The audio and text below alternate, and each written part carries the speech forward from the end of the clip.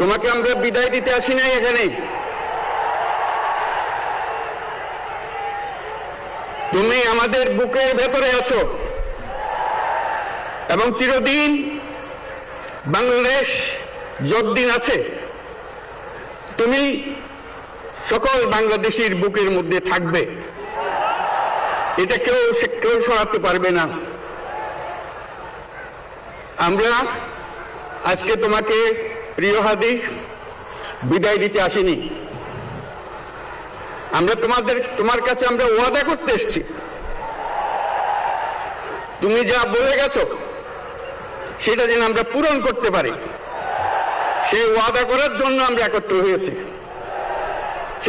সেই ওয়াদা শুধু আমরা নয়, পুরুষানুক্রমে বাংলাদেশের সব মানুষ পূরণ করবে। সেই ওয়াদা করার জন্যই আমরা তোমার কাছে আজকে এসেছি, সবাই মিলে যে যেখানে আছি।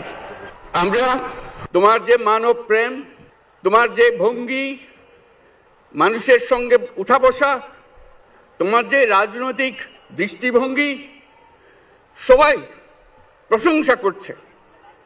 সেটা আমরা মনে প্রাণে গ্রহণ করছি, যে এটা যেন আমাদের মনে সবসময় জাগ্রত থাকে, আমরা সেটা অনুসরণ করতে পারি।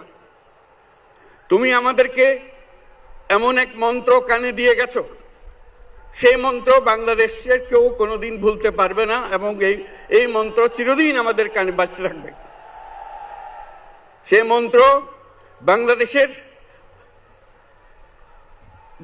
বড় মন্ত্র হয়ে আমাদের জাতির সঙ্গে সংযুক্ত থাকবে। তোমার মন্ত্র ছিল চলো বলবীর চির উন্নত মমশির। এই উন্নত মমশিরের যে মন্ত্র তুমি দিয়ে গেছো, সেটা বাংলাদেশি সন্তানের জন্মলগ্ন থেকে যতদিন সে বেঁচে থাকবে নিজের কাছে বলবে চল বলবীর চির উন্নত মমশির, আমাদের শির কখনো নত হবে না। সেই মন্ত্র তুমি আমাদেরকে দিয়ে গেছো, আমাদের সব কাজে সেটা আমরা প্রমাণ করব।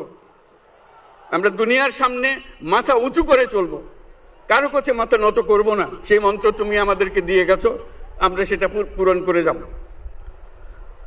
প্রিয় হাদি, তুমি নির্বাচনে অংশগ্রহণ করতে চেয়েছিলে এবং সেই নির্বাচনে অংশগ্রহণ করতে গিয়ে নির্বাচন কিভাবে করতে হয় তারও একটা প্রক্রিয়া জানিয়ে গেছে আমাদেরকে।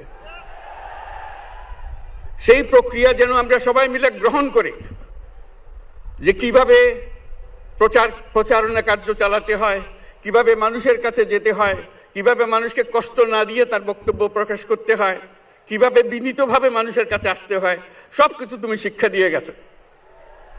আমরা এই শিক্ষা গ্রহণ করলাম, আমরা এই শিক্ষা চালু করতে চাই। আমরা সবাই আমাদের জীবনে আমাদের রাজনীতিকে এই পর্যায়ে নিয়ে আসতে চাই, যাতে হাদি আমাদের জীবনে স্পষ্টভাবে জাগ্রত থাকে।